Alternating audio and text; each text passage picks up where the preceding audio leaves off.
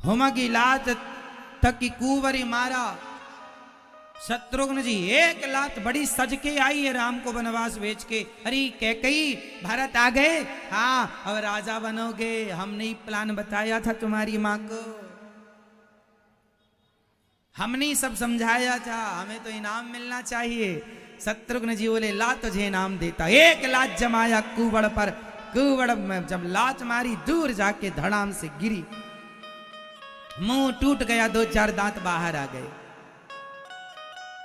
कुब्जा को लात मारी, खून निकल आया, चिल्लाने लगी।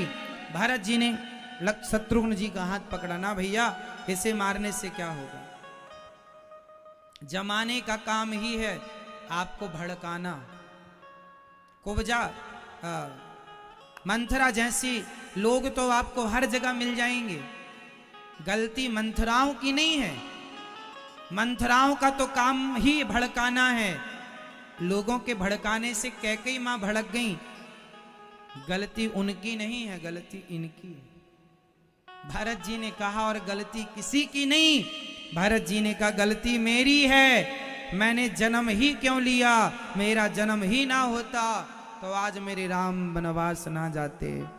किसको अब दोष दें। भरत जी अपनी मां का त्याग करके छोड़कर अब राम की मां अर्थात कौशल्या मां के पास श्री भरत जी चले गए। डर रहे हैं मां क्या सोचेंगी मेरे बारे में, कि मां भरत जी गए, कौशल्या मां रो रही थी, भरत आ गया, बेटा भरत आओ आओ, कुछ बोले नहीं। बेटा भरत जी रोते हुए बोले मां, जो पाप माता पिता और पुत्र को मारने से होता है, जो पाप माँ बाप की हत्या करने से जो पाप बेटे को लगता है, माँ वही पाप मुझे लगे। यदि आप सोच रही होंगी ना कि भरत भी कैकेयी के इस षड्यंत्र में सम्मिलित होगा, माँ यदि मैं कैकेयी की बात से सहमत हूं तो मुझे उतना ही पाप लगे जितना पाप कोई बेटा अपने माँ बाप की हत्या कर दे तो उस बेटे को लगता हो। गौशाला और ब्राह्मणों को जिंदा कोई जला दे, गौशाला में कोई आग लगाकर जिंदा गायों को जला दे, जिंदा ब्राह्मणों को जला दे, तो ब्राह्मणों को और गायों को जिंदा जलाने से जो पाप लगता हो, भरत जी कहते हैं मां वो पाप मुझे लगे यदि मैं कैकेयी की बात से सहमत हूं तो। जो नगर जलाने से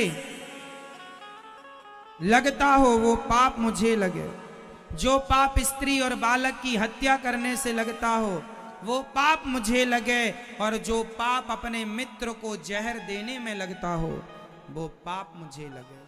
मतलब ये पाप सबसे बड़े पाप हैं जिन पाप के बारे में भरत जी कह रहे हैं। कौन कौन से पाप? अपने दोस्त को जहर दे के मार देना पाप, ये पाप नहीं है, सब महापाप है।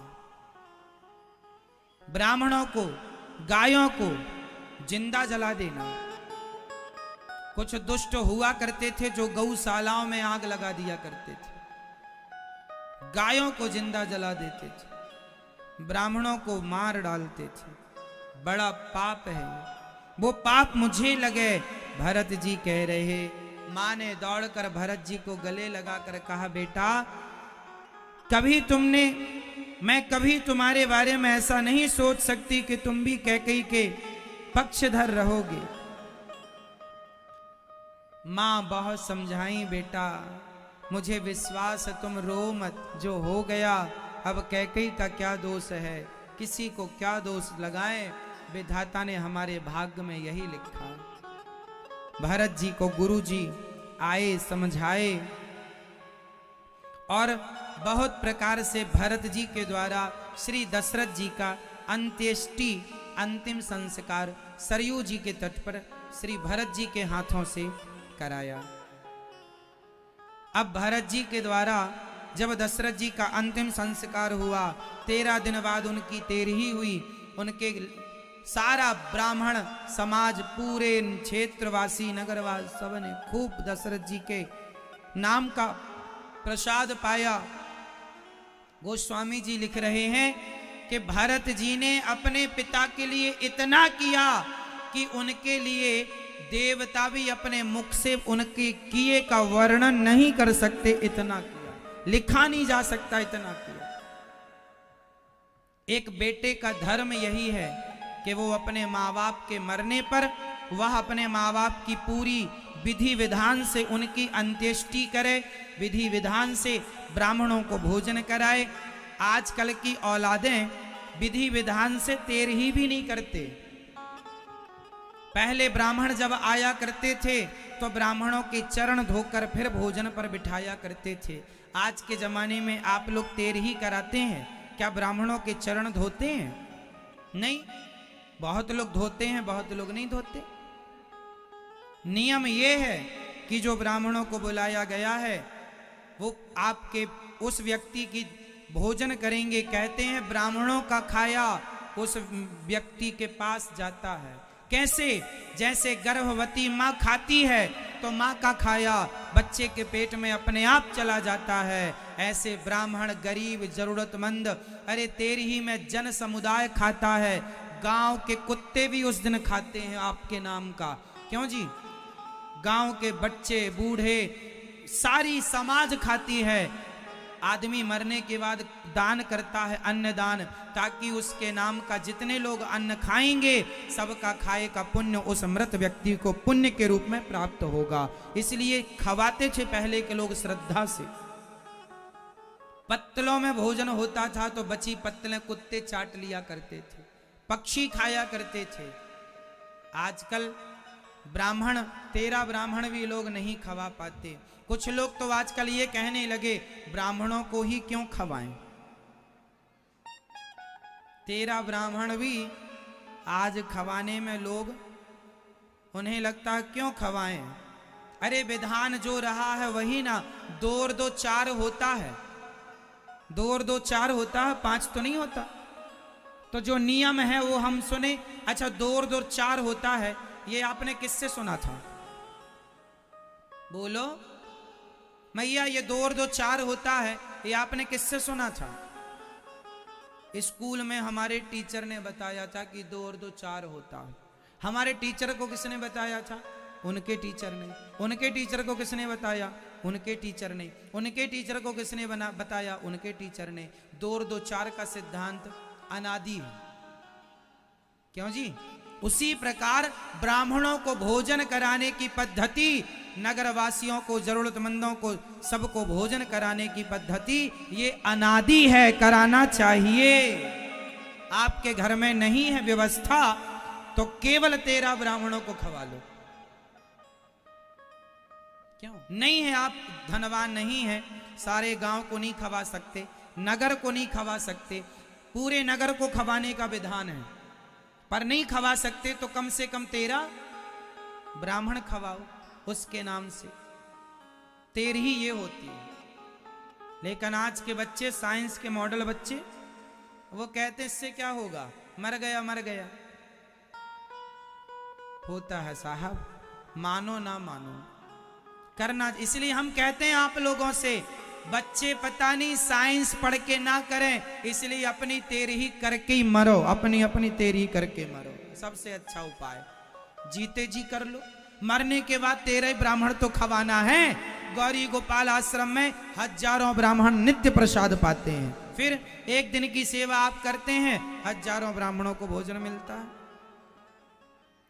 फिर इसलिए जीते जी ब्राह्मणों की सेवा कर लो, गौदान कर लो, जीते जी अच्छे कार्य कर लो, अन्नदान कर लो।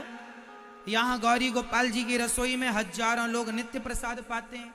एक दिन का प्रसाद आप बंटवाते हैं, हजारों लोगों को प्रसाद मिल जाता है। आजकल तो गांव में कोई आता जाता भी नहीं है खाने, है ना। तो पहले दशरथ जी के लिए भरत जी ने खूब विधि विधान से उनका पिंडदान इत्यादि विधान से किया। अब यही विधि दाह क्रिया सब कीन्ही, विधिवत नहा करके तिलांजलि दीनी, सब कुछ किया। चंदन की चिता बनाई थी, चंदन की लकड़ी की, चंदन की लकड़ी की चिता पर जलाया था श्री दशरथ जी को।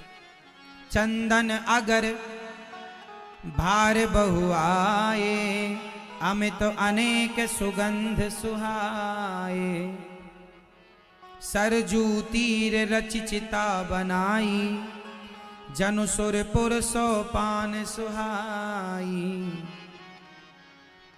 जब उनका अंत सब कुछ हो गया, तेरही इत्यादि हुई, फिर भरत जी के लिए एक सभा नियुक्त की गई।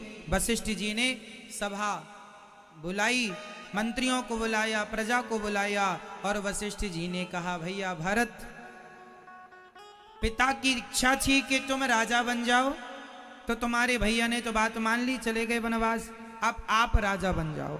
जब भरत जी ने सुना कि गुरु जी कह रहे हैं राजा बन जाओ, भरत जी रो पड़े। गुरु जी आप कह रहे हैं राजा बन जाओ। भरत जी रो पड़े, मेरे पिता ने मुझे राजा बनाने का केवल सोचा, बनाया नहीं, केवल सोचने मात्र से मेरे भैया का वनवास हो गया और पिता की मृत्यु हो गई। मैं इतना अपशगुन, मेरा राजा बनना इतना अशुभ है कि यदि मेरे को राजा आप बनाएंगे तो मैं इतना अशुभ हूं कि अभी राजा बना नहीं, केवल राजा बनने की बात चली तो भैया का वनवास हो गया और पिता की मृत्यु हो गई। सोचो कि केवल बात चलने से अयोध्या में इतना बड़ा तूफान आ गया। यदि मुझे राजा बना दोगे तो पता नहीं अयोध्या पानी में समा जाएगी, रसातल में चली जाएगी ये पृथ्वी, ये पूरी पृथ्वी रसातल में चली जाएगी। मोही राजू हठ दे हूं जवहीं, रसा रसातल जाए ही तवहीं। पृथ्वी रसातल में चली जाएगी। गुरुजी ने कहा, रावण कुंभकर्ण जैसे दुष्ट संसार में राज्य कर रहे हैं, हिरण्याक्ष हिरण्यकश्यपु जैसे लोग राज्य किए, तब पृथ्वी रसातल में नहीं गई, तुम्हारे राजा बनने से रसातल में। क्या बताएं गुरुजी, पृथ्वी ने उन दुष्टों से ये उम्मीद नहीं की थी कि वो धर्म का आचरण करेंगे। पृथ्वी ने आप जैसे अच्छे लोगों से उम्मीद की है, हमसे उम्मीद है पृथ्वी की, क्योंकि हम धर्मात्मा, हम रघुवंश में जन्मे बच्चे हैं। पृथ्वी को हमसे उम्मीद है कि हम सदा धर्म का पालन करेंगे। रावण से उम्मीद नहीं है पृथ्वी को कि रावण धर्म का पालन करेगा। यदि हम भी धर्म का पालन ना करेंगे तो हम पर ही तो पृथ्वी, हम जैसे धर्मात्माओं के बल पर पृथ्वी टिकी है, और हम ही अधर्म करने लग जाएंगे, तब तो पृथ्वी रसातल पर ही चली जाएगी। एक बात बताओ मेरी माँ, ये पृथ्वी यदि टिकी है ना तो केवल आप जैसे धर्मात्माओं के बल पर टिकी है। इसलिए जमाना कितना भी बेईमान होए सो होने दो, तुम बेईमान ना होना, क्योंकि ये पृथ्वी आज बेईमानों के बल पर नहीं टिकी, आप जैसे कुछ मुट्ठी भर अच्छे और सच्चे लोगों के बल पर पृथ्वी टिकी हुई है। माना कि 1,00,000 लोग गलत हैं हमारे देश में, पर एक तो अच्छा है। 1,00,000 में यदि एक भी अच्छा है तो उन 1,00,000 लोगों के बल पर नहीं, उस एक के बल पर पृथ्वी टिकी हुई है। ये धर्म टिका हुआ है और वह एक आप है, और वह एक आप है। इसलिए जाने न देना धर्म, मर जाना। सारे लोग धर्म बेच रहे हैं, सारे लोग धर्म छोड़ रहे हैं, क्या हम भी उनकी तरह नालायकी करें? अरे हम तो धर्म का परिचय दें, हम तो धर्म का पालन करें। हम ही छोड़ देंगे धर्म, तो फिर ये धर्म उम्मीद किससे करेगा? यदि ये धर्म को अपेक्षाएं हैं आप लोगों से, जिनके माथे पर तिलक है, जो अपने आप को ब्राह्मण कहते हैं, जो अपने आप को क्षत्रिय कहते हैं, जो अपने आप को वैश्य और शूद्र कहते हैं, धर्म आपसे अपेक्षा रखता है कि आप धर्म का पालन जरूर करेंगे। और आप ही नहीं करेंगे, आप ब्राह्मण होकर शराब पिएंगे, आप ब्राह्मण होकर मांस खाएंगे, तो धर्म फिर उम्मीद किससे करेगा?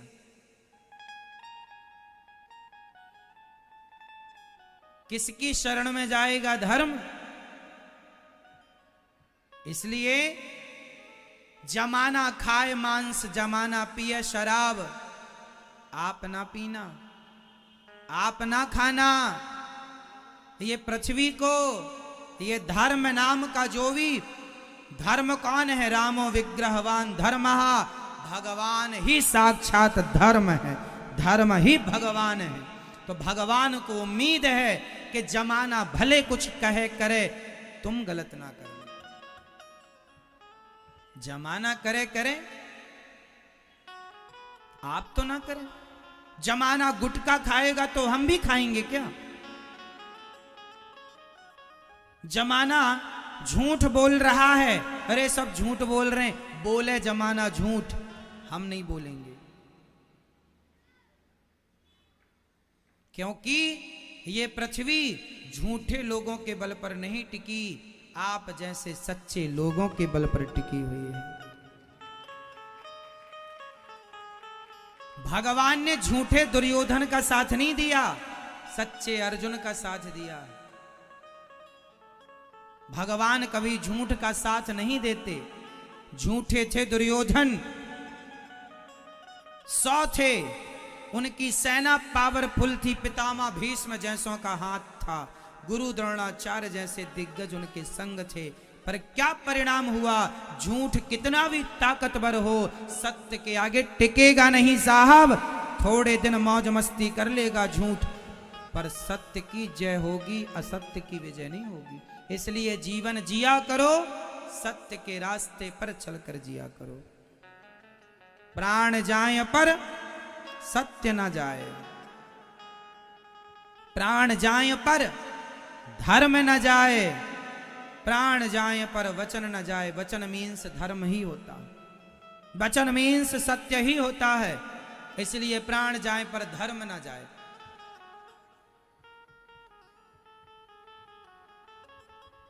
भरत जी ने कहा, अब गुरुजी रोने लगे, भरत जी मैं राजा नहीं बनूंगा, मेरे भैया राजा बनेंगे और मैं अपने भैया राम का दर्शन करने जाऊंगा, प्रार्थना करूंगा कि चलिए मैं आपके लिए आपका वनवास मैं स्वीकार करता हूं और आप सिंहासन स्वीकार कीजिए।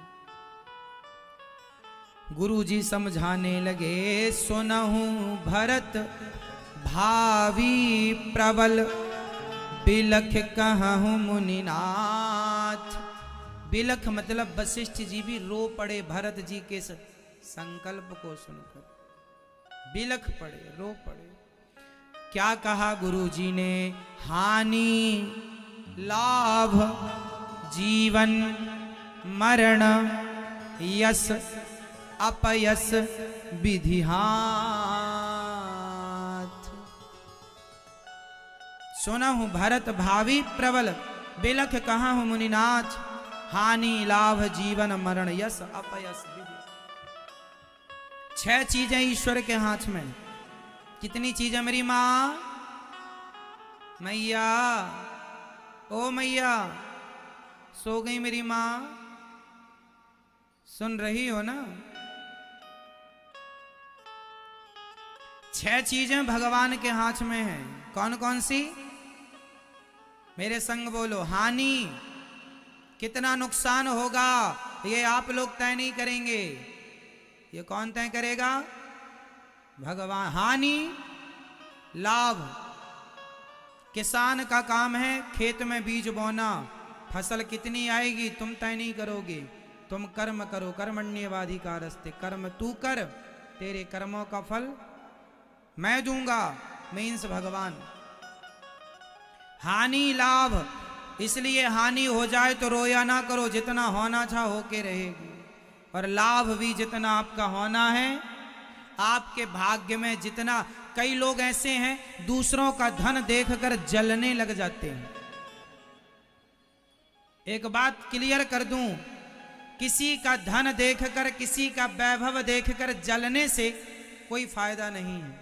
उसके भाग्य का उसे मिला है, तुम्हारे भाग्य का तुम्हें मिलेगा। जब ईश्वर ने विधान तय किया है तो तुम्हारे जलने मरने से होगा क्या? जलते रहो। हानि लाभ, उसके भाग्य का वो खाएगा, तुम्हारे भाग्य का तुम खाओगे, यही नियम है। इसलिए कर्म करो, जलो मत, ईर्ष्या ना करो। ईर्ष्या करने से हम अपनी को क्षति पहुंचाते, अपना नुकसान करते।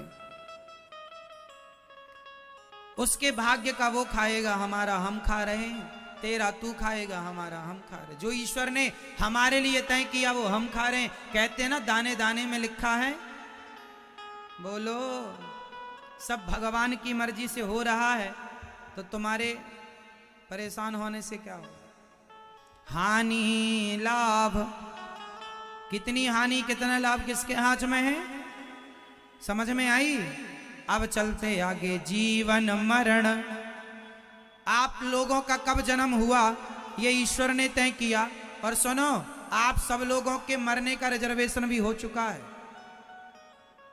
सबकी सीट बिल्कुल कंफर्म है, बस टिकट हाथ में नहीं आई अभी तक। जिस दिन आप लोगों के आने का रिजर्वेशन हुआ था उसी दिन ठाकुर जी ने जाने का भी करा दिया था। क्यों? आप लोग मरेंगे कि नहीं? कौन कौन मरेगा? अरे सब मरेंगे, हमें लगा कोई तो बचे। सब मरेंगे। इसलिए कहां तुम्हारा जन्म होगा, कितना जियोगे, मौत से डरा ना करो। जंगल में भी जाना हो तो अकेले जाना, ये सोचकर कि मारने वाला भी भगवान है और बचाने वाला भी भगवान है। यदि वो बचा, मौत नहीं है, कोई माई का लाल मार नहीं सकता, और मौत आ गई है तो खड़े खड़े गिर जाओगे। इसलिए मौत से डरने की जरूरत। तो आप लोगों का जब आए थे ना, उसी दिन जाने की भी टिकट हो गई है। ये 2022 चल रहा है ना। यहां जितने लोग बैठे हैं मैं बता सकता हूं कि आप कब मरेंगे। नहीं, मजाक नहीं कर रहा हूं, बता सकता हूं मैं आप कब मरेंगे। बता दूं? चलो सुन लो। आप जितने लोग यहां बैठे हैं 2099 आते आते तक आप सब लोग मर चुके होंगे। बोलो सही है या गलत है? तो मैंने भविष्यवाणी कर दी ना आपकी। 2099 आते आते आप सब लोग, एक भी ना बचेगा जितने यहां सुन रहे हैं। क्यों? 2099 तक तो जियोगे, 2022 चल रहा है, इससे ज्यादा क्या जी लोगे? क्यों? जो आज के छोटे छोटे बच्चे हैं वो पार कर जाएंगे 100 साल, और 100 साल से ज्यादा का जियोगे आप? जी लोगे? तो 2099 आते आते तक यहां जितने लोग, यहां जितने में हम भी आ गए हैं, अपने राम भी है। हाँ, तो अपना भी रिजर्वेशन हो गया है, बस टिकट हाथ में आनी। इसलिए दो बातन को भूल मत, जो चाहे कल्याण, नारायण एक मौत को दूजे श्री भगवान। अपनी मौत को और अपने भगवान को सदा याद रखना चाहिए। एक दिन हमें मरना है, अभिमान करेंगे किस बात का? जो लोग अभिमानी हैं शायद वो अपनी मौत भूल चुके हैं। बता देना उनको कि भैया टिकट कट चुकी है, हाथ में आ जाएगी, घमंड ना करो, ज्यादा अकड़ के ना चलो, ज्यादा बड़ी बड़ी डींगे ना मारो। ये दास अनिरुद्ध तो बस अपनी मौत को याद रखता है कि हम एक दिन मरना, इसलिए हम घमंड अमंड नहीं करते किसी बात का। हमें पता है मरना, घमंड किस बात का करेंगे, ये सब यहीं धरा रह जाएगा। हमारे बाप दादे परदादा सब मर गए, जब वो कुछ ना लेके गए तो मैं क्या लेके जाऊंगा? क्यों जी, आपके बाप दादे कुछ ले गए हैं तो आप काहे बांध रहे हो इतना सारा? मैया काहे इतना बड़ा बड़ा बोरिया बिस्तर समेट रही हो? तुम्हारे दादा परदादा कुछ ना ले गए और तुम बड़ा सूटकेस तैयार कर रही हो। तुम्हारी सास ले गई कुछ? तुम मरी तो नहीं, आपकी सास मैया ले गई थी कुछ? आप तो बड़ा जोड़ रही हो, ये ठंडी के कपड़े, ये गर्मी के कपड़े, ये झुमका, ये झुमकी, ये बैंदी, ये पैसा।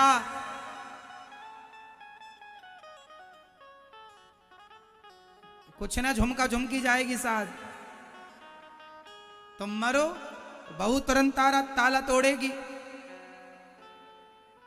हाँ, और जो पाँव में इतना बड़ा पहनी रहती हो ना चांदी का, ना टूटेगा तो पाँव काट लेगी बहू, उतार। हाँ, यही सच्चाई है, उतार लिया जाएगा सब। इसलिए भगवान से दिल लगा लो, भगवान में मन लगा लो।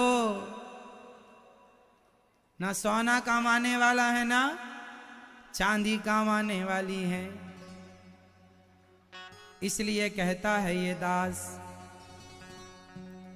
पर खोल रे पंछी तू पिंजड़ा तोड़ के उड़ जा, माया महल के सारे बंधन तोड़ के उड़ जा। पर खोल रे पंछी तू पिंजड़ा तोड़ के उड़ जा, माया महल के सारे बंधन तोड़ के उड़ जा। मिट्टी की काया, मिट्टी की काया मिट्टी में एक दिन समाएगी, ना सोना काम आएगा ना चांदी आएगी। सज धज कर जिस दिन मौत की सहजादी आएगी, ना सोना काम आएगा ना चांदी आएगी। इसलिए अच्छे कर्म संग जाएंगे। धनानि भूमौ पशवश्च गोष्ठे, नारी गृहद्वारि जनः श्मशाने, देहश्चितायां परलोक मार्गे, धर्मानुगो गच्छति जीव एकः। धनानि भूमौ, संसार का धन संसार तक साथ देगा। गाय घोड़ा हाथी सब पशवश्च गोष्ठे, नारी दरवाजे तक साथ देती है, परिवार शमशान तक साथ देते हैं, शरीर चिता तक साथ देती है। आगे की यात्रा आपको अकेली करनी पड़ेगी और साथ में जाएगा तो आपका किया पाप और पुण्य आपके साथ जाएगा। अब आपको ये निश्चित करना है कि पाप की गठरी बनानी है या पुण्य की गठरी बनानी है। आप पाप करने के लिए भी स्वतंत्र हैं और आप पुण्य करने के लिए भी हाँ स्वतंत्र हैं। ना पाप करने के लिए किसी ने हाथ पकड़ा है, ना पुण्य करने के लिए किसी ने हाथ पकड़ा है। बस जो आप करेंगे वो आपका धन होगा। इसलिए मेरी माँ, हानि लाभ जीवन मरण, जीवन और मृत्यु भगवान के हाथ में। इसलिए जीवन मृत्यु किसके हाथ में है? जोर से। मैंने सुना कि एक सज्जन बाथरूम में फिसल के गिर गए और मर गए। बोलो ऐसा होता है कि नहीं? हाँ या ना? और ये दास अनिरुद्ध, मैं एक बार 20 फीट ऊपर डबल मंजिल ऊपर मकान से ऊपर नीचे गिर गया था। 2013 में गिर गया था। देखो नहीं मरा। बड़ा पत्थर भी पड़ा था सामने, माटी थी, माटी गर्मियों की बिल्कुल कड़ी माटी थी। माटी में पत्थर में ना गिर के माटी में गिरा। इसका अर्थ क्या है? इसका अर्थ ये है कि जब तक मृत्यु नहीं है तो आप मर ही नहीं सकते। ये भगवान है रक्षा करने वाले। और मौत आ जाए तो आदमी बैठे बैठे मर जाता, बिस्तर पर लेटे लेटे मर गया, हाँ या ना। इसलिए मौत से घबराने का नहीं, आएगी। अरे मौत आएगी तो मर भी लेंगे, मौत से पहले मरना क्या, घुट घुट के क्या जीना, जब आएगी तो मरेंगे, है ना। इसलिए हानि लाभ जीवन मरण यस अपयस विधि हाथ। आप कितना नाम कमाएंगे और आप कितना बदनाम होंगे, ये सब गोविंद का खेल है। आपका सम्मान, आपको इज्जत कितनी मिलनी है ये भगवान निश्चित करेंगे। और जितना सम्मान आपको मिलना है उतना ही मिलेगा साहब, उससे ज्यादा नहीं। और आपका अपमान उतना ही होगा जितना भगवान चाहेंगे, उससे ज्यादा नहीं। इसलिए बिंदास मस्त रहो। सम्मान मिले तो ठाकुर की कृपा समझो, अपमान मिले तो भगवान की कृपा समझो। हर हाल में प्रसन्न रहो, क्योंकि ये सब ईश्वर के अधीन है। ये किसके हाथ में है? हमारे हाथ में है ही नहीं। यस अपयस विधि हाथ मत रो भरत जी, सोचे विप्र जो वेद विहीना, तजि निज धर्म विषय लय लीना। सोचे नृपति जो नीति न जाना, जेहि न प्रजा प्रिय प्राण समाना। सोचिए बयसु कृपन धनवानु, जो न अतिथि शिव भगति सुजानु। सोचय शूद्र विप्र अवमानी, मुखर मान प्रिय ज्ञान गुमानी। किसे सोचना चाहिए? जो ब्राह्मण वेद पढ़ते नहीं, जो शास्त्र का ज्ञान रखते नहीं, जो वेद पुराण ज्ञान को छोड़कर विषयों में मस्त हैं, ऐसे ब्राह्मणों को सोचना चाहिए कि तुम ब्राह्मण होके क्या कर रहे हो। वह राजा सोचे जो नीति ना जाने, जो प्रजा को प्राणों की तरह प्राण की तरह प्रेम ना करे। सोचिए वह आदमी सोचे जो धनी है, पर धन ही होकर कंजूस इतना है कि उसके द्वार पर कोई भोजन तक नहीं करता। जब भगवान ने आपको धन दिया है ना मेरी माँ, तो धन दिया है तो उसे परोपकार के लिए बढ़ाते रहो।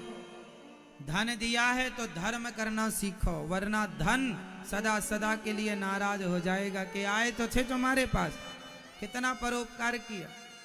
इसलिए धन की सार्थकता है कि धन आए तो धर्म से जोड़ना स्टार्ट कर दो। सबको यहां लिखा है, जो न अतिथि शिव भगति सुजानु, जो अतिथि की सेवा नहीं करता वह पापी। जिसके दरवाजे में कोई आए और भूखा चला जाए, वह अतिथि का धर्म चला गया, वह गृहस्थी का धर्म चला गया। इसलिए द्वार पर आए कभी कोई तो भूखा ना जाए। इसलिए ये दास अनिरुद्ध ने गृहस्थ धर्म को निभाने के लिए ये गौरी गोपाल जी की रसोई चलती है। इस द्वार पर कोई आए, चाहे 10,000 लोग आए, 20,000 आए, 30,000 आए, 40,000 लोग आए, सबको पेट भर भोजन यहाँ प्राप्त होता है। कोई कितने भी आए, सवेरे से शाम तक सबको प्रसादी मिलती है। ये अतिथि सेवा नहीं तो क्या है? जिस लायक विधाता ने हमें बनाया है, हम उस प्रकार अपनी औकात के हिसाब से कार्य करते हैं। और यही एक गृहस्थ धर्म है। ये दास गृहस्थ है, इसलिए गृहस्थ धर्म का पालन करता है कि द्वार से कोई भूखा ना जाए। धनी होना बड़ी बात नहीं है साहब। आज बहुत लोग धनी मिल जाएंगे आपको, इतने बड़े बड़े धनी मिल जाएंगे आपको, जिनके सामने हम लोग तो मच्छी और हम लोग तो मच्छर हैं, धूल हैं। लेकिन क्या मजाल के ऐसे धनी लोगों के द्वार से किसी को गिलास भर पानी भी मिल जाए। तो धन की सार्थकता दरवाजे बंद कर लेने से नहीं, धन की सार्थकता दरवाजे खोल देने से है। आओ प्रसाद पाओ। बड़े बुजुर्ग कह गए हैं, पानी बाढ़ है नाव में, घर में बाढ़ है दाम, दोनों हाथ उलीचिए यही सयानो काम। पानी यदि नाव में बढ़ गया तो उलीचियो, वरना वो पानी नाव को डुबा देगा। धन आ गया तो धन को दोनों हाथ से दान पुण्य में लगाओ, वरना वही धन तुम्हारा सर्वनाश कर देगा, डुबा देगा। इसलिए धन आए तो धर्म कीजिए। और ये दास अनिरुद्ध क्या करता है? धन आता है, आप जो सहयोग करते हैं उससे क्या होता है? सबके लिए पेट भर भोजन, माताओं की सेवा, चिकित्सा। यहाँ गौरी गोपाल चिकित्सालय सबको फ्री में निःशुल्क दवाई, बंदर सेवा, बंदरों को केला, चने, रोटी। बंदर तो यहाँ पहले ही से, भगवान श्री कृष्ण के जमाने से भगवान माखन खवाया करते थे। हम माखन नहीं खवा सकते तो क्या हुआ? बंदरों की पसंद सबसे ज्यादा केला की होती है, केला खवा सकते हैं। तो जो बने सेवा करो। और ये यहाँ के जीवों की सेवा, ये गोविंद की सेवा, ये भगवान की यही सेवा। सेवा इसलिए ये दास कहता है, एक ही संकल्प, एक ही नारा, सेवा ही है धर्म हमारा। हमारा धर्म क्या है? हमारा जन्म केवल सेवा के लिए हुआ, इसलिए ये दास सिर्फ सेवा करता। हम कहते, जो जितना कहते हैं उतना करते हैं, क्योंकि सेवा करना सबका धर्म है, सबको करनी चाहिए। अब भरत जी ने कहा, हम अपने भैया से मिलने जाएंगे, हम राम जी से मिलने जाएंगे। भरत जी ने जब कहा कि हम राम जी से मिलने जाएंगे, सारी प्रजा प्रसन्न हो गई। वाह भरत साधुवाद, साधो साधो, आप जैसा धर्मात्मा भाई नहीं, एक कोई और भाई होता, सोचता चलो फ्री में अयोध्या का राज्य मिल गया, रख लेने में क्या बुराई है। पर धन्य है भरत जी, जो अयोध्या के राज्य को त्याग कर राम के लिए बढ़ रहे हैं। भगवान के लिए बढ़ना धर्म है, भगवान ही हमारा सर्वस्व है।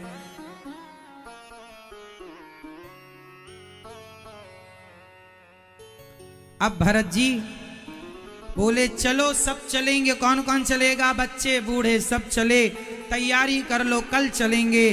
भरत जी ने पूरे नगर में अपने कुछ सैनिकों को नियुक्त कर दिया, तुम यहाँ की सुरक्षा करना। किसी ने कहा, भरत जी जब आप राम जी के लिए जा रहे हैं तो अयोध्या जब राज्य आपका है ही नहीं, तो यहाँ की चिंता आप क्यों कर रहे हैं? बोले, नहीं मेरा नहीं है, पर राम जी का है। संपत्ति सब रघुपति के आही, जो बिनु जतन चलो तजिताही। जब सब भगवान का है तो भगवान की संपत्ति की रक्षा करना हमारा धर्म है। सारा धन संभालो, सब काम करो मेरी माँ, अपना मान कर नहीं, भगवान का मान कर करो। आप लोगों में से कितने लोग ऐसे हैं जिनके पास, बताइए आप लोगों का, आप लोग अपने खुद के घर में रहते हैं कि किराए का घर है? किन किन के पास खुद का घर है? हाथ उठा लो जिनका खुद का घर है। तो आप सही बोल रहे हैं, आपका ही घर है। बोलो मेरी माँ। नहीं, हम तो परीक्षा ले रहे थे आपकी कितने गहरे पानी में हो।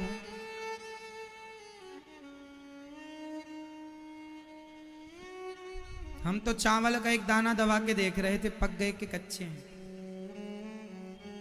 अभी आप कच्चे हो,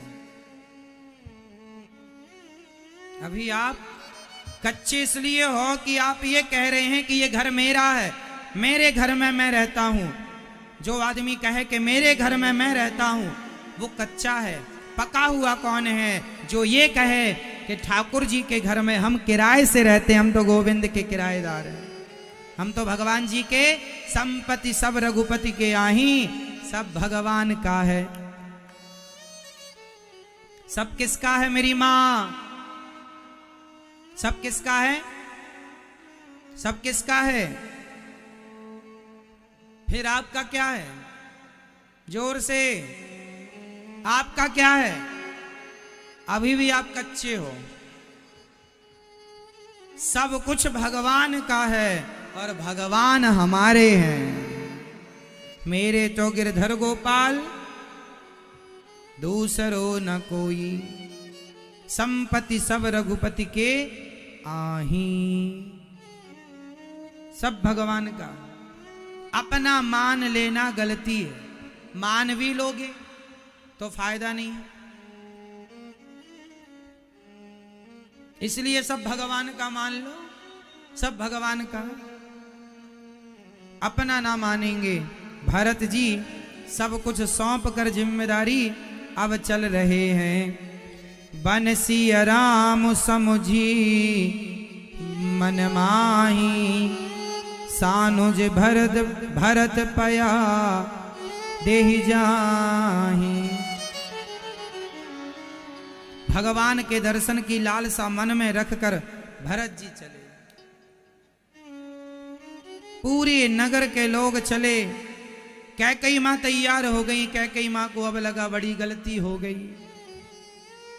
अब पछताए होत क्या, जब चिड़िया चुग गई खेत। पश्चाताप करने से अब कोई फायदा नहीं। अब चिड़िया खेत। इसलिए कहता हूं गलत निर्णय लेने से बचो। जमाना भड़का रहा है, बचो ऐसे दुष्टों से। बाद में केवल पश्चाताप करने के सिवा कोई और रास्ता नहीं रहता। भरत जी कहते हैं कैकेयी मां से तुम न जाओगी, कौशल्या मां आ गई। यदि कैकेयी नहीं गई ना भारत, तो कौशल्या भी नहीं जाएगी। भरत जी बोले वाह, एक मां कौशल्या मां। कैकेयी ने इतना बड़ा अपराध किया, पर माता कौशल्या ने उन कैकेयी का पक्ष लिया जिनके बेटे को कैकेयी ने वनवास भेज दिया। राम की मां है साहब, कोई अरे गहरे नत्थु खैरे की नहीं।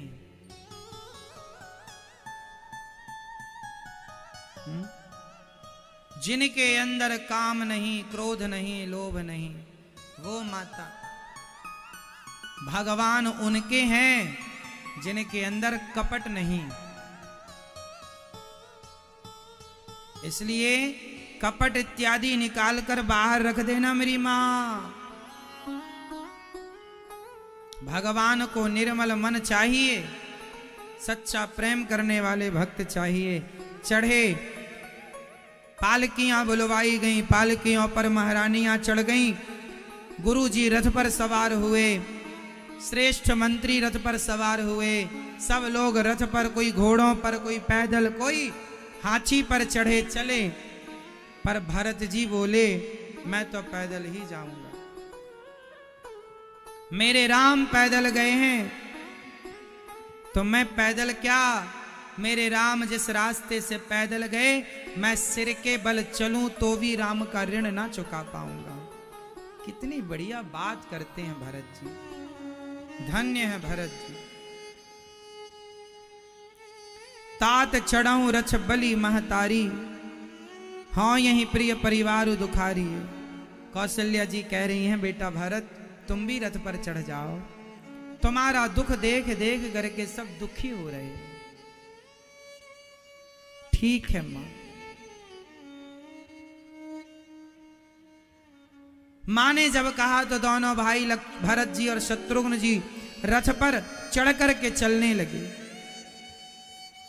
पर थोड़ी देर बाद फिर भरत जी उतर जाते हैं। अब जैसे ही सेना, राम भरत जी आगे बढ़े, सब बहुत लोग थे ना, लाखों लोग थे साहब, सब चले। निषाद राज को लगा कि राम जी वनवास गए हैं। भरत जी ने शायद सोचा हो कि राम को जंगल में ही निपटा देते हैं और सदा के लिए राजा। तो सुमंत्र निषाद जी को लगा कि भरत जी की जिसकी मां ऐसी देखो आदमी की संदेह ऐसा ना, माँ ऐसी है तो बेटा कैसा होगा। एक बार आदमी कोई गलती कर लेना तो सारी जिंदगी उसके ताने सुनने पड़ते हैं।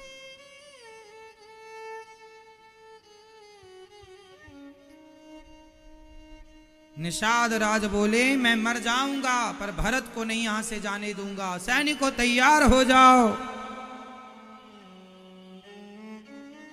आज राम के लिए मरना है, क्योंकि भरत के मन में कपट है, राम को मारने जा रहे हैं। तभी निषाद के बूढ़े कोई आदमी ने छींक मीक आ गई, अरे भैया निषाद, एक बार भरत जी से मिल लेने से कोई बुराई नहीं है, पहले समझ लो वो किस उद्देश्य से हो सकता है। अच्छे भाव से जा रहे, ठीक। निषाद ने तैयारी की, भरत जी जब आए निषाद जी से मिले। निषाद ने जैसे ही भरत जी ने सुना, गुरु जी को भरत जी, निषाद राज ने गुरु जी को प्रणाम किया, दूर से गुरु जी को प्रणाम किया, गुरु जी ने आशीर्वाद दिया।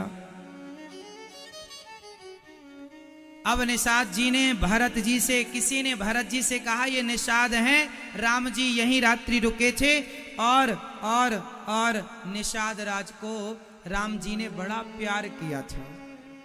ये सुना भरत जी ने, निषाद ने जाकर भरत जी के चरणों में प्रणाम किया।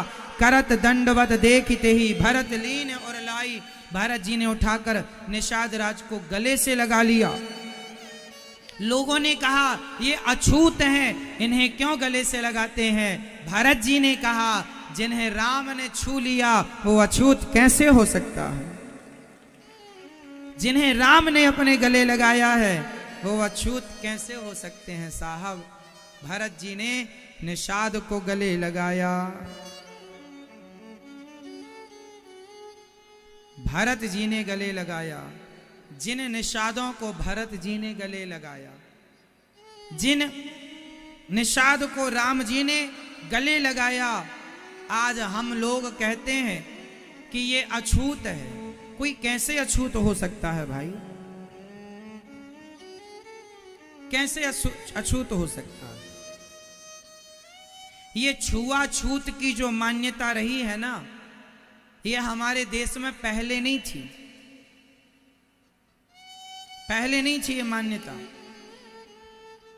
बाद में ये मान्यता घुसाई गई है सनातन धर्म को बदनाम करने के लिए, आपस में लड़ाने के लिए, ताकि हम आपस में लड़ते रहें। बताओ, ब्राह्मण, क्षत्रिय, वैश्य और शूद्र चारों के पिता का नाम बताओ। बताओ ब्राह्मण के बाप का नाम क्या है, और क्षत्रियों के बाप का नाम क्या है, और वैश्यों के बाप का नाम क्या है, और शूद्रों के बाप का नाम क्या है। बताइए क्या है। ब्राह्मणोस्य मुखमासीत् बाहु राजन्यः कृतः ऊरु तदस जदवैश्याः पदभ्यां शूद्रो अजायत। वेद वाक्य प्रमाण है कि भगवान के मुख से ब्राह्मण का जन्म हुआ, भुजाओं से क्षत्रिय का, जंघाओं से वैश्यों का, चरणों से शूद्रों का, तो चारों के बाप तो एक ही हो गए ना भगवान, तो सबके बाप तो भगवान ही है, तुम एक ही बाप की औलाद हो। अब झगड़ा करो तो तुम्हारी मूर्खता है। क्यों जी मूर्खता है? आपस में विवाद करने वाला समझदार होता है कि मूर्ख होता है? बताओ जी, आपस में विवाद झगड़ा करने वाला, मैं बड़ा तू बड़ा, मूर्ख है ना। ब्राह्मण सबके काम बांटे, ये चार जो बने ना, ब्राह्मण क्षत्रिय वैश्य शूद्र, यह चार एक व्यवस्था बनाई थी भगवान ने। ब्राह्मणों को काम दिया, वेद पढ़ना, वेद पढ़ाना, यज्ञ करना, यज्ञ कराना, दान लेना, दान देना, ये 6 कर्म ब्राह्मण के हैं।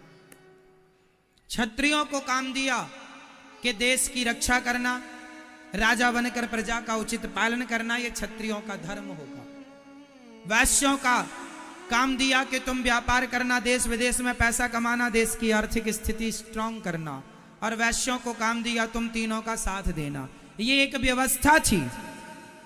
लेकिन बाद में इस व्यवस्था को क्या कह दिया गया? ऊंच नीच का नाम दे दिया गया, छुआछूत का नाम दे दिया गया। भगवान के जमाने में छुआछूत नहीं थी, ऊंच नीच नहीं थी। यदि ऊंच नीच छुआछूत होती तो भरत जी निषाद जी को गले क्यों लगाते और राम जी माता सबरी के बेर क्यों खाते? इसका मतलब उस जमाने में कोई छुआछूत थी क्या? थी क्या? मैया सुन रही हो मेरी मां? ये छुआछूत किसने बनाया? फिर ये बाद में हिंदुओं को लड़ाने के लिए फूट डालो शासन करने की नीति अंग्रेजों ने अपनाई और उन्होंने फूट डाल दी। अच्छा एक बात बताओ, मैं ब्राह्मण होकर सबसे नफरत करूं कि तुम्हें नहीं छूंगा, तुम्हें नहीं छूंगा, तुम ये हो, तुम वो। मैं ब्राह्मण होकर सबसे भेद करूं और एक मैं ब्राह्मण होकर सबको गले से लगाऊं, तो सबको गले से लगाने वाला व्यक्ति अच्छा है या सबसे भेद करने वाला व्यक्ति अच्छा है? बोलो जी, आप बताओ, सबसे भेद करने वाला व्यक्ति अच्छा है या सबको गले लगाने वाला व्यक्ति अच्छा है? जोर से। जब राम जी ने सबको गले लगाया तो मैं कौन होता हूं राम के सृष्टि पर छुआछूत की बात करने वाला? होता हूं कोई? इसलिए प्यार सबसे करो, इंसानों से घृणा करोगे, पत्थर से प्यार करते हो और इंसानों से नफरत करते हो, कैसे आदमी हो तुम? पत्थर से प्यार करो और इंसानों से घृणा करो तो ऐसे में आप श्रेष्ठ नहीं हो सकते और यह आपकी श्रेष्ठता का परिचय नहीं है। इसलिए पहले इंसानों से प्यार करो, इंसानों में भगवान का दर्शन करो। यदि भगवान पत्थर में हैं तो उत्तर दो, क्या इंसानों में नहीं? यदि इंसानों में नहीं है तो फिर गोस्वामी जी क्यों कह रहे हैं कि सीय राम मैं सब जग जानी? यदि सबके अंदर भगवान का दर्शन करके वो सबको प्रणाम कर रहे हैं तो तुम कौन होते हो छुआछूत करने वाले? कौन होते हो ऊंच नीच का पाठ पढ़ने और पाठ पढ़ाने वाले?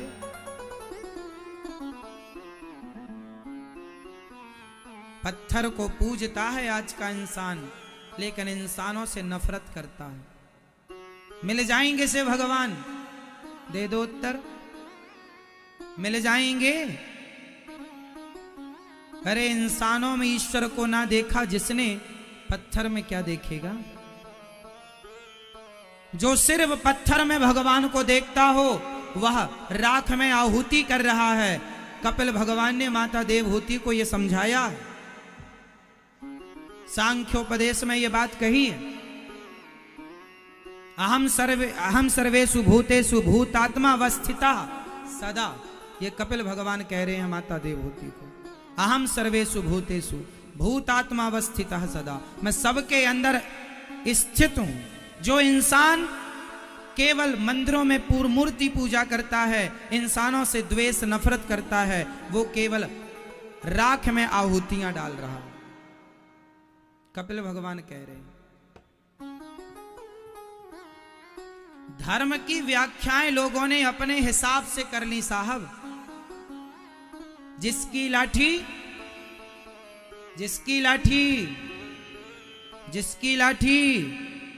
उसकी भैंस।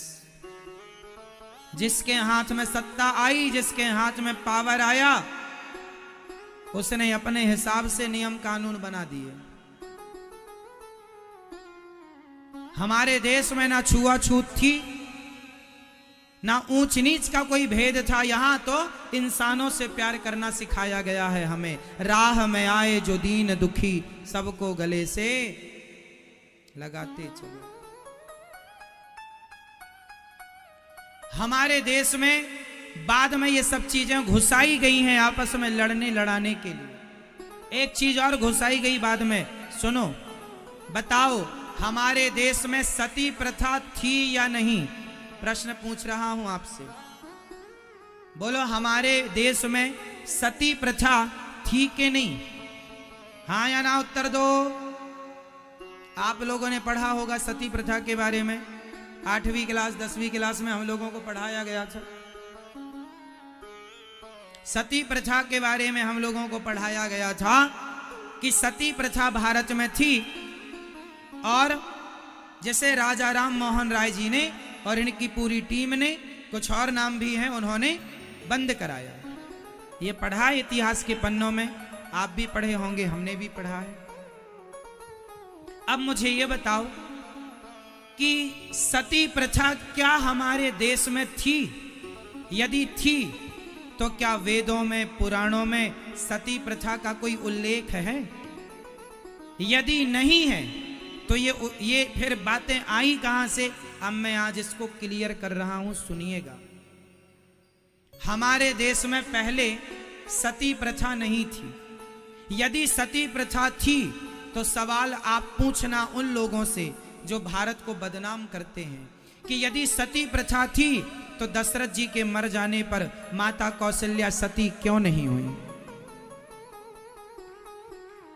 दशरथ जी के मरने पर माता कौशल्या सती क्यों नहीं हुई? सती प्रथा थी ना। लोग कहते हैं जो नारी सती नहीं होती थी उसको उठाकर पति की चिता में डाल दिया जाता था, तो फिर कौशल्या जी को क्यों नहीं डाला गया, मां कौशल्या को? इसका मतलब ये है कि हमारे देश में सती प्रथा नहीं थी। हाँ, सती प्रथा थी, पर कैसी वाली? जो स्त्री चाहे वह जानकर अपनी मर्जी से पति की चिता में जाकर जल जाती थी, उसे जबरदस्ती उठाकर डाला नहीं जाता था। उदाहरण दूसरा सुनिएगा। पांडवों की मां कुंती, कुंती के पति पांडु, पांडु की 2 पत्नियां थीं, कुंती और माता माद्री। जब पांडु की मृत्यु हुई तो माता माद्री अपने पति के साथ सती हो गई थी, जबकि कुंती सती नहीं हुई थी। तो पहले स्वतंत्रता थी, जो चाहे सती हो जाए और जो चाहे ना हो। क्यों सही है? बोलो हाँ या ना। इसका मतलब हमारे यहां सती प्रथा ऐसे वाला नहीं था कि तुमको डाल दिया जाएगा। बाद में जिसकी लाठी उसकी भैंस, बाद में कुछ लोगों के हाथ में सत्ता आई, उन्होंने उसका मिसयूज किया, गलत उपयोग किया, उन नारियों पर अत्याचार किया जिनको जरूरत भी नहीं थी, उनको हाथ पांव बांध करके चिताओं पर डालकर जिंदा जलाया। बाद में मीन्स अभी 100, 200, 400 साल पहले जलाया। और जलाया तो फिर राजा राम मोहन राय ने इसका विरोध किया, और बात ठीक भी है, विरोध होना भी चाहिए। लेकिन मूल में हमारे यहाँ सती प्रथा नहीं थी। जो कहते हैं ना कि हमारे भारत में सती प्रथा थी, ना। अरे महिलाएं अपनी मर्जी से पहले की नारी शक्तिशाली होती थी, जो जाकर यमराज से भी अपनी पति को वापस ले आती थी। सुना है ऐसी नारियों के बारे में, ऐसी नारियां भारत में थी।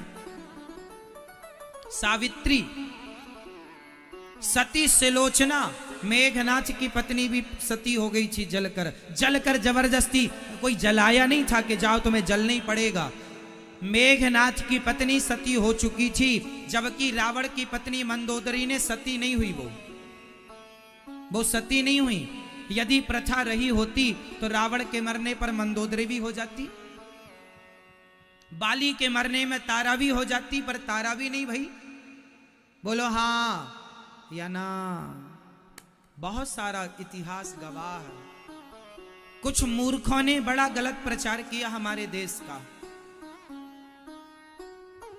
राजा राम मोहन राय जी ने अच्छा कार्य किया कि उन्होंने गलत परंपराओं को बंद कराया, और उन्होंने शास्त्रों का प्रमाण दिया। ये कोई परंपरा नहीं थी, तुमने जबरदस्ती परंपरा बना ली। जैसे आज बकरे को काटने की परंपरा लोगों ने बना ली है। कुछ खानदान कुल परिवार में आज भी बकरे की बलि चढ़ाई जाती है। ये मनमानी है। कोई वेद पुराण में नहीं लिखा कि तुम किसी की बलि चढ़ाओ। अहिंसा ही परमो धर्मः का पाठ पढ़ाया जाता है हमारे यहाँ। लोग मनमानी करते हैं, समझ रहे ना भैया? तो कितनी मनमानी हमारे यहाँ चलती चली आई है। तो ऊंच नीच का भी जो मान्यताएं हैं, ये अंग्रेजों ने जहर घोला है ऊंच नीच का, छुआछूत का, ताकि हम हिंदू आपस में लड़कर समाप्त हो जाएं और फूट डालो शासन करो की नीति पर वो पास हो गए। हिंदुओं समझ लो, आपस में लड़ते रहोगे तो आज हजारों हिंदू धर्म बदलकर क्रिश्चियन हो गए, केवल तुम्हारे लड़ने झगड़ने से। तुम इंसानों से प्यार ही नहीं करते, भेद करते हो। इसलिए अभी 10,000 हिंदुओं ने बौद्ध धर्म अपना लिया। क्यों? क्या कमी है तुम में कि तुम्हें छोड़ छोड़ कर लोग जा रहे हैं? कमी सिर्फ इतनी है कि तुम इंसानों से नफरत करते हो और पत्थरों से प्यार करते हो, बस ये कमी है तुम में। और ये तुम जब तक नहीं सीखोगे तब तक ये होता रहेगा। इसलिए इंसानों को गले लगाना सीखो, भाईचारा बढ़ाओ, मिलो अपने उन हिंदुओं भाइयों से जो जंगल में रहने वाले कोल भील किरात हैं। जंगल में रहने वाले उन लोगों से मिलो, उन्हें ज्ञान दो, उन्हें गीता रामायण का ज्ञान दो, अपने धर्म का बोध कराओ, गरीब आदमी की मदद करना सीखो। वरना एक दिन सारे हिंदू लोग कन्वर्ट हो जाएंगे और जिम्मेदार हम हिंदू ही होंगे।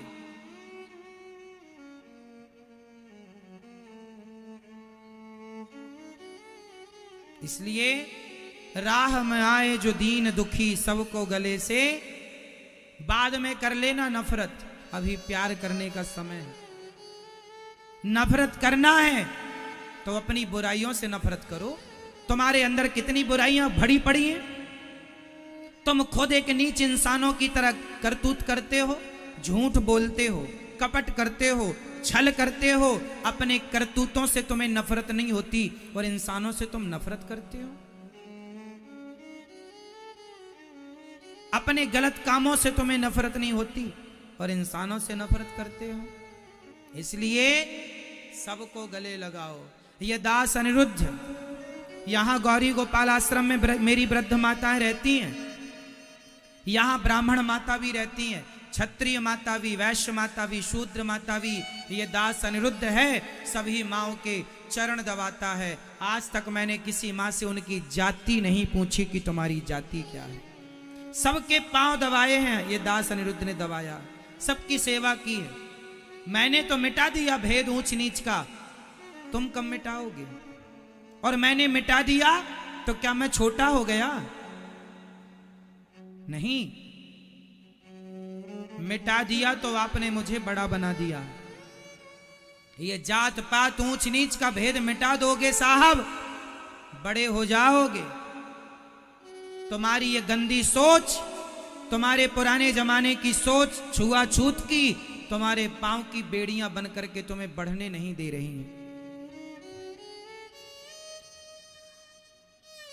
अभी मैंने कुछ दिन पहले सुना कि कोई एक टीचर ने, एक कोई शूद्र जात का बच्चा उसके घड़े से पानी पी लिया तो टीचर ने उस बच्चे की हत्या कर दी। मार मार, इतना मारा, केवल इतना अपराध था उस बच्चे का कि उनके घड़े से पानी पी लिया। बताइए, क्या ये सही है? क्या ये तुम्हारी शिक्षा की पहचान है? क्या ये शिक्षा है? अरे शिक्षा का अर्थ होता है वही आदमी शिक्षित है जो सबके साथ अच्छा व्यवहार करता हो, जो सबको गले लगाता हो। अरे किसी प्यासे को प्यास लगी है तो हम उसको जात पूछकर पानी नहीं देते, पानी देते हैं साहब, पानी देते हैं। इसलिए ये गौरी गोपाल जी की रसोई है, आकर देखना। यहाँ जात पूछकर भोजन नहीं दिया जाता, यहाँ सबको भोजन भरपेट दिया जाता। मैंने बहुत सारी पुरानी परंपराओं को तोड़ने की कोशिश की है। आज के युग में ये बर्दाश्त नहीं होगा कि आप किसी को मार डालें इसलिए कि उसने आपके घड़े से पानी पी लिया।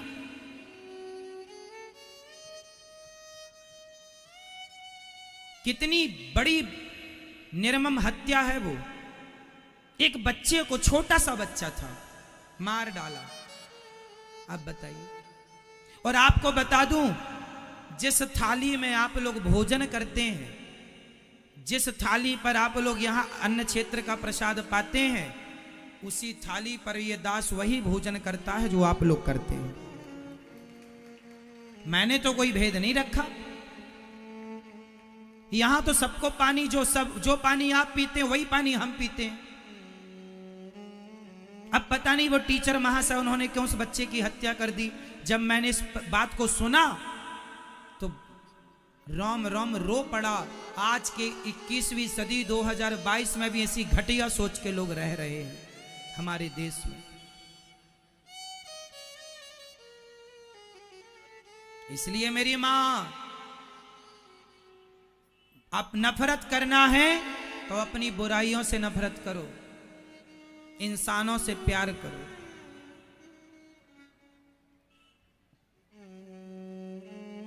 भगवान ने कोई नफरत नहीं की, भगवान ने कोई भेद नहीं रखा। हम कौन होते हैं भेद करने वाले?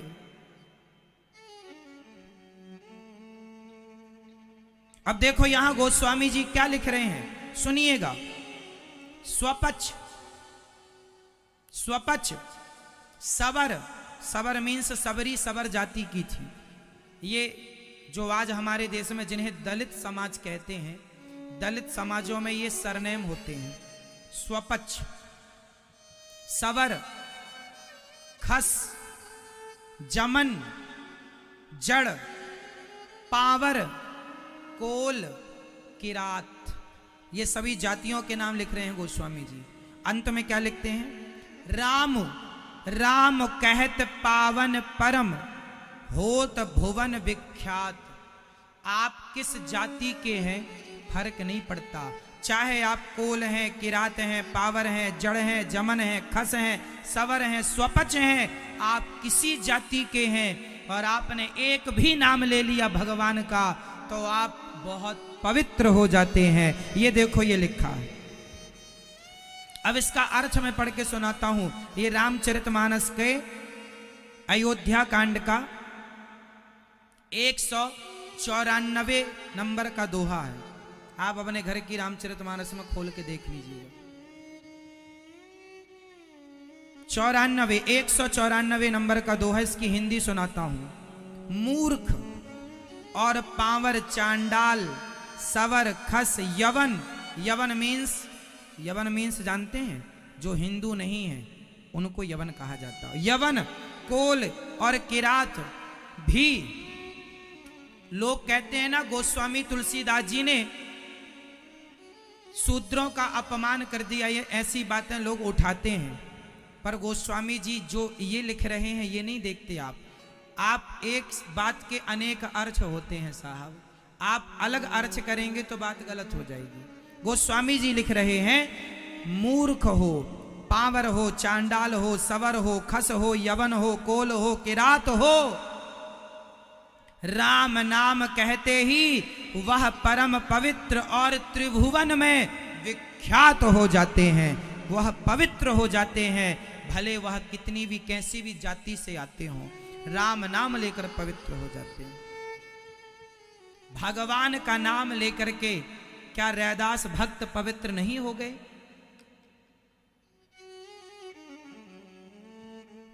इसलिए जात पात का कोई भेद नहीं है।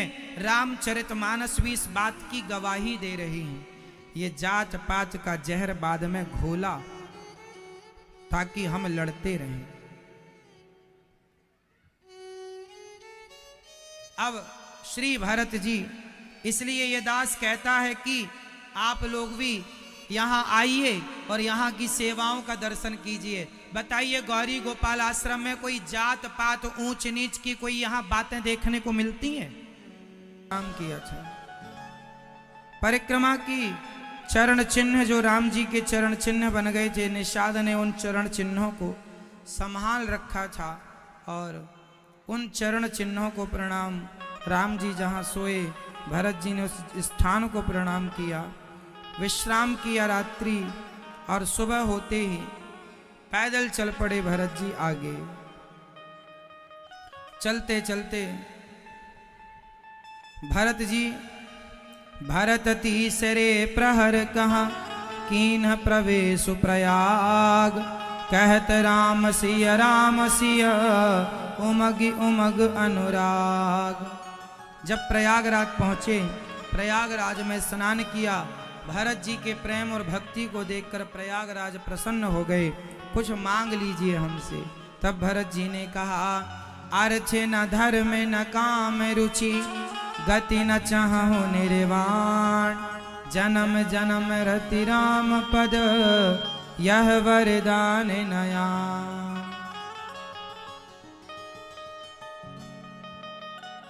जबकि होता ऐसा है धर्म अर्थ काम मोक्ष, पर भरत जी ने आज क्या मांगा?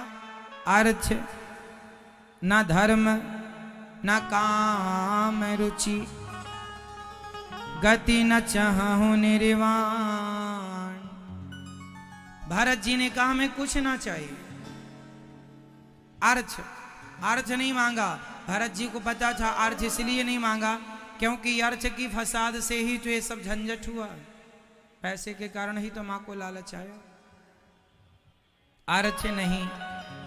अच्छा, भगवान का भक्त भगवान से क्या चाहता है? ना अर्थ ना धर्म ना काम ना मोक्ष, बस जन्म जन्म रति राम पद। भगवान के चरणों में मेरा अनुराग दिनों दिन बढ़े और भगवान के लिए हम रोते रोते सदा भगवान का चिंतन करें, भगवान के लिए हम जिए, भगवान के लिए मरें। ऐसा कहा सीताराम चरण रति मोरे अनुदिन बढ़हूं अनुग्रह तोरे।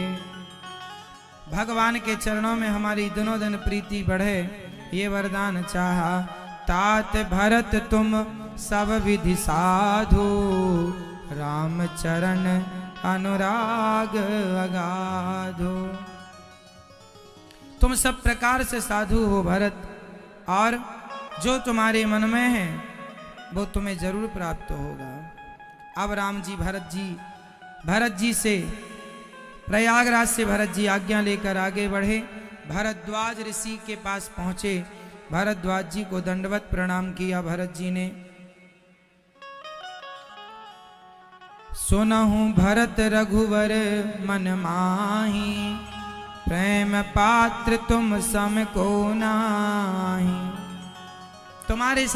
तुम्हारी समान प्रेम करने वाला कोई नहीं है।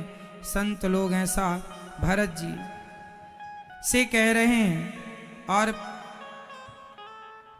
श्री भरत जी का बड़ा स्वागत सम्मान संतों ने किया, पर जो सम्मान स्वागत किया भरत जी उसमें से एक तिनका भी ना लिए, क्योंकि मन में कोई कामना तो थी नहीं कि ये मिल जाए वो मिल जाए। वो केवल राम को पाने संतों का दर्शन करते करते जब चले तो गुरु जी से कहते हैं, नाहि न डरु बिगरहि परलोकु पिताहु मरण कर सोहि न सोकु सुकृत सुजल भरी भुवन सुहाए लक्ष्मण राम सरिस सत पाए। भरत जी कहते हैं हमें इस बात का डर नहीं है कि हमारा परलोक बिगड़ जाएगा, पिता के मरने का भी दुख नहीं है, तो फिर दुख किस बात का है? राम लखन सिय बिनु पग पनहि करि मुनि वेश फिरहि वन वनहि। हमारे राम बिना चरण पादुका के नंगे पांव जंगल में यहाँ वहाँ जा रहे हैं, इस बात का दुख है कि राम के चरण बड़े कोमल हैं और जंगल कितना कठोर है। आज राम जी के चरणों में इतना कष्ट है, इस बात से मुझे बड़ा कष्ट हो रहा है। भारद्वाज जी ने अपने तपोबल से सारे स्वर्ग की सुविधाएं वहां प्रकट कर दी। अयोध्या वासियों के लिए खूब रहने की व्यवस्था, खाने पीने की 56 प्रकार का भोग। एक रत्ती भरत जी ने उनकी व्यवस्था में से एक चीज स्वीकार नहीं की, कुछ भी स्वीकार नहीं किया। अब सवेरा हुआ, संतों को प्रणाम करके भरत जी चल पड़े हैं, ना तो उनके पांव में जूते हैं, ना सिर पर छाया है। जहां जहां भरत जी जा रहे हैं ना, ये देखो भगवान जब चले तो शायद बादलों ने छाया नहीं की, पर भगवान के भक्त चल रहे हैं तो बादलों ने छाया कर दी के भक्त जा रहे हैं। दासानुदासो भवितास में भूया, भगवान अपने से ज्यादा महत्व अपने भक्तों को देते हैं। आगे चले तो इंद्र का दिमाग खराब होने लग गया। इंद्र ने कहा कहीं भरत जी मना कर लेना आए, वरना रावण को कौन मारेगा। जब इंद्र ने कुछ 3-5 की तो उनके गुरु जी श्री बृहस्पति जी खूब डांट लगाते हैं। इंद्र, अब की बार यदि तुमने कुछ किया खैर नहीं है तुम्हारी। भारत सरस को राम स्नेही, भगवान अपना अपराध क्षमा कर देते हैं।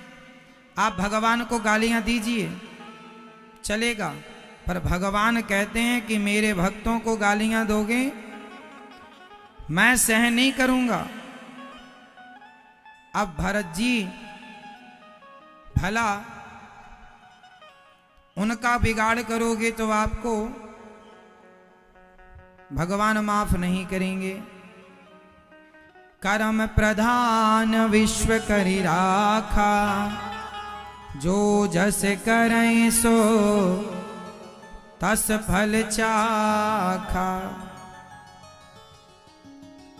सुनो, इंद्र, गुरु जी समझा रहे हैं इंद्र को, ये राम जी की लीला है और ये जो दंड तुम्हें अभी मिल जाएगा यदि भरत जी से पंगा लोगे तो, और यदि प्रणाम करके भरत जी को नमस्कार करके उनका सम्मान करोगे, उनकी सहायता करोगे तो राम जी कृपा करेंगे।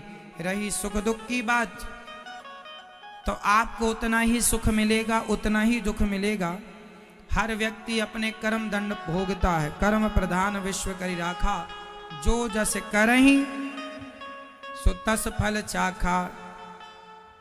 अच्छा एक बात बताओ, आपके जीवन में यदि दुख आ जाए तो उस दुख का जिम्मेदार कौन है? मैया, ये बात रामायण में कई जगह आई है। हमारे दुख के जिम्मेदार हम और हमारे सुख के जिम्मेदार। अच्छा कर्म आपको सुख देता है और बुरा कर्म आपको वर्तमान का किया गया कर्म आने वाले समय में वही आपका भाग्य बनता है। जो हम आज करेंगे वो कल भरेंगे। जो आज हमें मिल रहा है वो हमें पिछले समय का, पिछले जन्म का प्राप्त हो रहा आज का कल, कल का जो आगे करेंगे वो आगे। जो आप लोग आज कर रही हो मैया, ये दंड आपको कब मिलेगा, अच्छा या बुरा, कल आगे। और आज जो मिल रहा है वो आपका पिछला है। पति आपका बुरा है, पिछला कोई कर्म बिगड़ा होगा, बुरा है। पति अच्छा है, कोई पिछले कर्म अच्छे होंगे सो पति अच्छा है। अगुण अलेप अमान एक रस, राम सगुन भय भगत प्रेम बस। देखो कितनी बढ़िया बात कह रहे हैं गुरुजी। भगवान तो निर्गुण निराकार ब्रह्म है, पर वह राम प्रेम के वशीभूत होकर वो निर्गुण निराकार सगुण साकार बनकर गए हैं। इंद्र पहचानो ये भगवान है, इनके साथ छल कपट ना करो। जो कर चुके हो वो बहुत है। जिस गांव से भरत जी निकलते हैं वो गांव के लोग भी भरत जी के साथ साथ हो जाते हैं। जहां से राम जी गए ना, जिनकी देखने की अभिलाषा रह गई थी, भरत जी के संग संग मिलते चले। गांव के गांव, लोग लुगाई, बच्चे बूढ़े सब राम जी के, भरत जी के साथ हो गए। तुलसीदास जी कह रहे हैं हम भी उन्हीं के साथ, भरत जी के साथ। उहाँ राम रजनी अवशेषा, जागे सीय सपन वस देखा। देखो तुलसीदास जी क्या कह रहे हैं, उहाँ। जब राम की बात करते हैं तो कहते हैं उहाँ, और भरत जी की बात करते हैं तो कहते हैं यहाँ। तो तुलसीदास जी किसके साथ हैं? अच्छा बताओ, राम जी के साथ रहने में फायदा है कि भरत जी के साथ रहने में फायदा है? बोलो, किसके साथ आपको यदि मौका मिलता तो आप किसके साथ रहना पसंद करते? क्यों?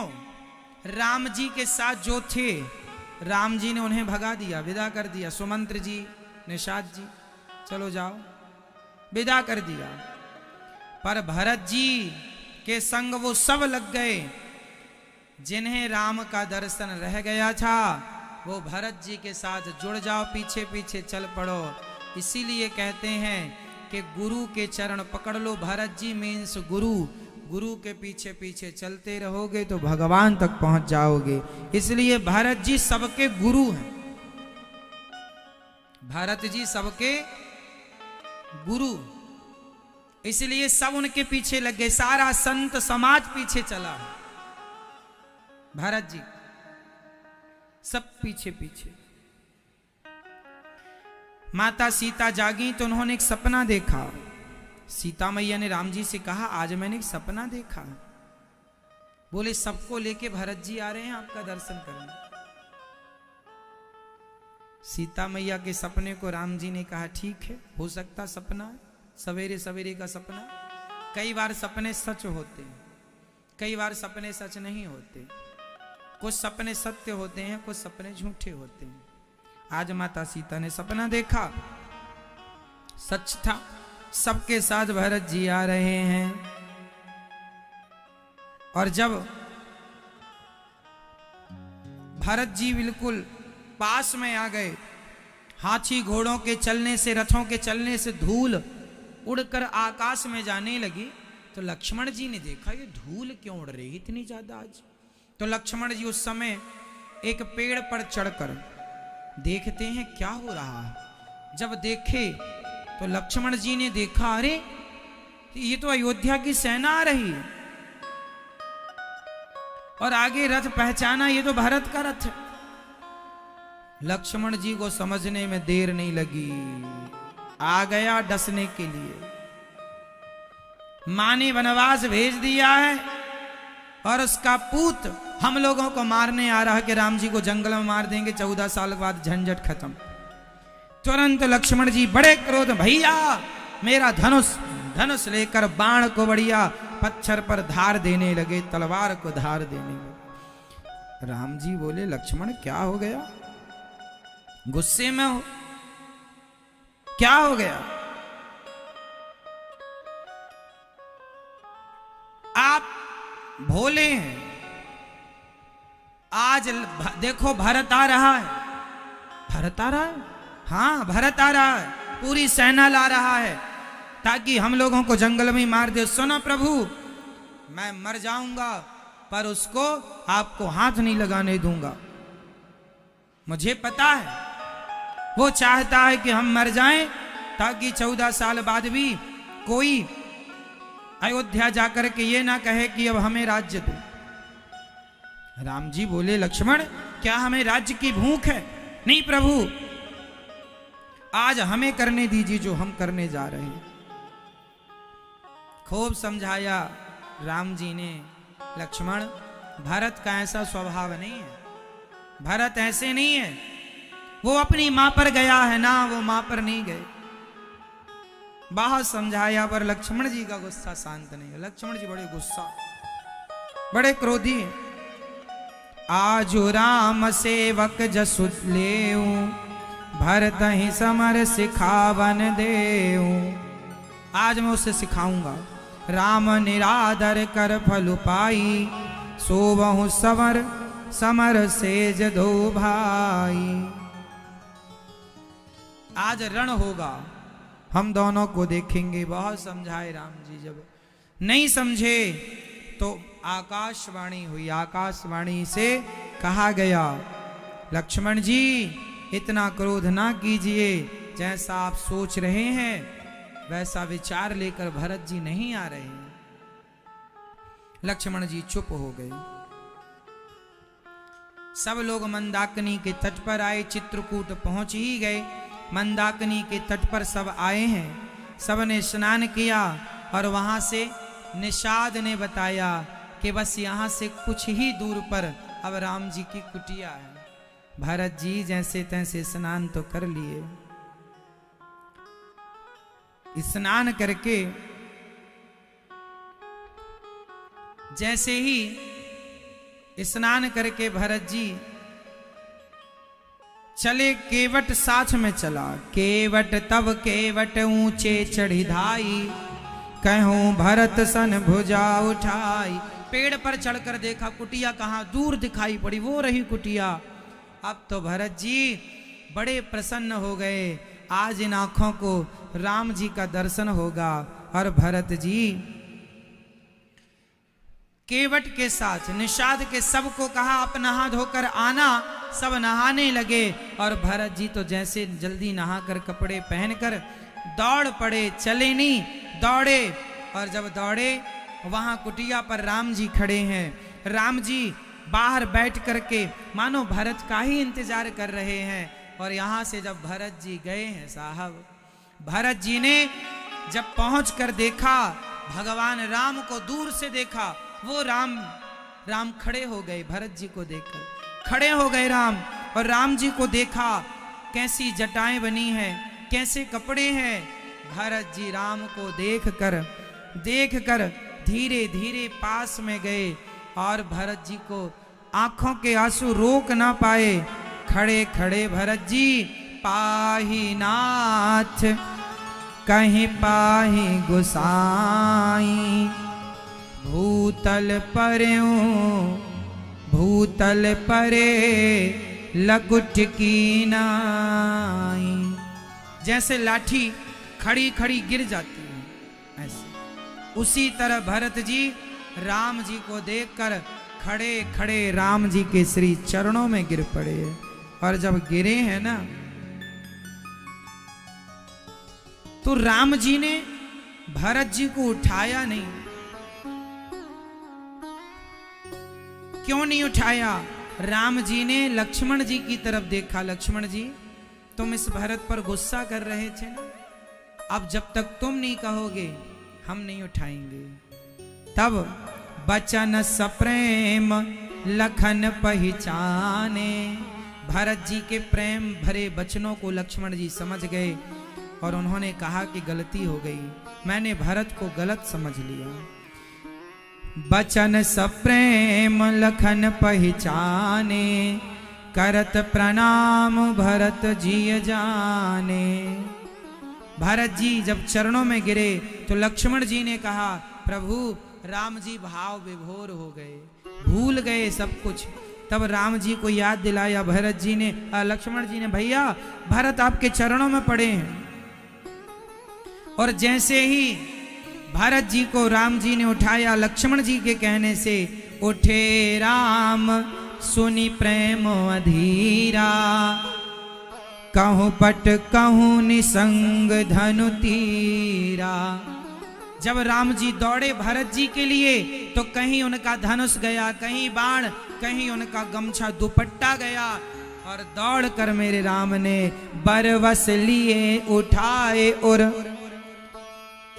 बरवस लिए उठाई और लाए कृपा निधान। भरत राम की मिलनी लखी बिसरे सबहि अमा अपान। सब भूल गए, गले से लगा लिया राम जी ने भरत जी को, और गले से लगा करके आज भरत जी को राम जी रो रहे हैं, मेरा भरत आया, मेरा भरत आया। धन्य है भैया भरत जी। राम जी रो रहे हैं, भरत जी रो रहे हैं। आज दो भाई गले लगे हैं। देख लो कलयुग के भक्तों, भाई भाई कैसे होते हैं। देख लो राम और भरत की भेंट को। एक वो भाई है जो अयोध्या का सिंहासन छोड़कर जंगल के भाई को गले लगाने आया है, और एक आज का भाई है जो भाई की हत्या करके उसका धन लेने की पूरी कोशिश कर लेता है, अपने भाई के लिए केस कर देता है।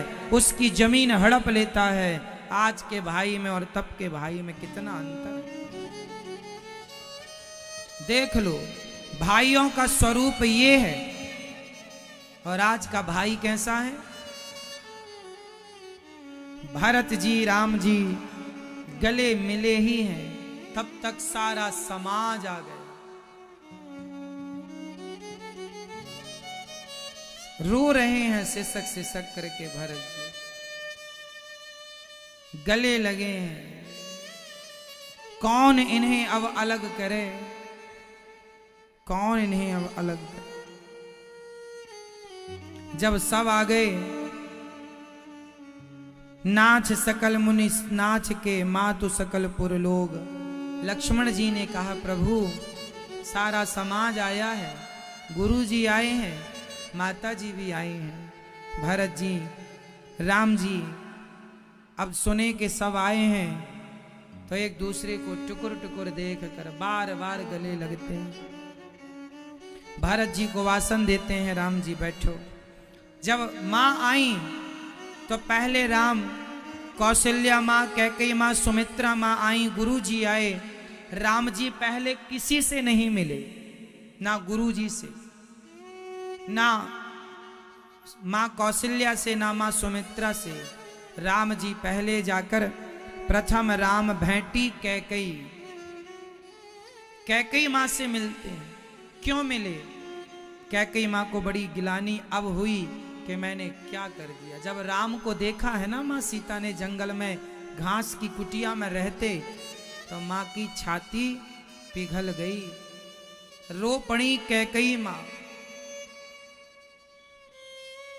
कैकेयी माँ रो पड़ी। राम जी ने सबसे पहले जाकर माँ कैकेयी से इसलिए भेंट की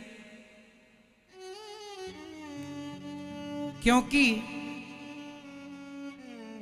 कैकेयी माँ को कहीं समाज का अपमान ना सहन करना पड़े, इसलिए भगवान राम ने माँ कैकेयी से भेंट की।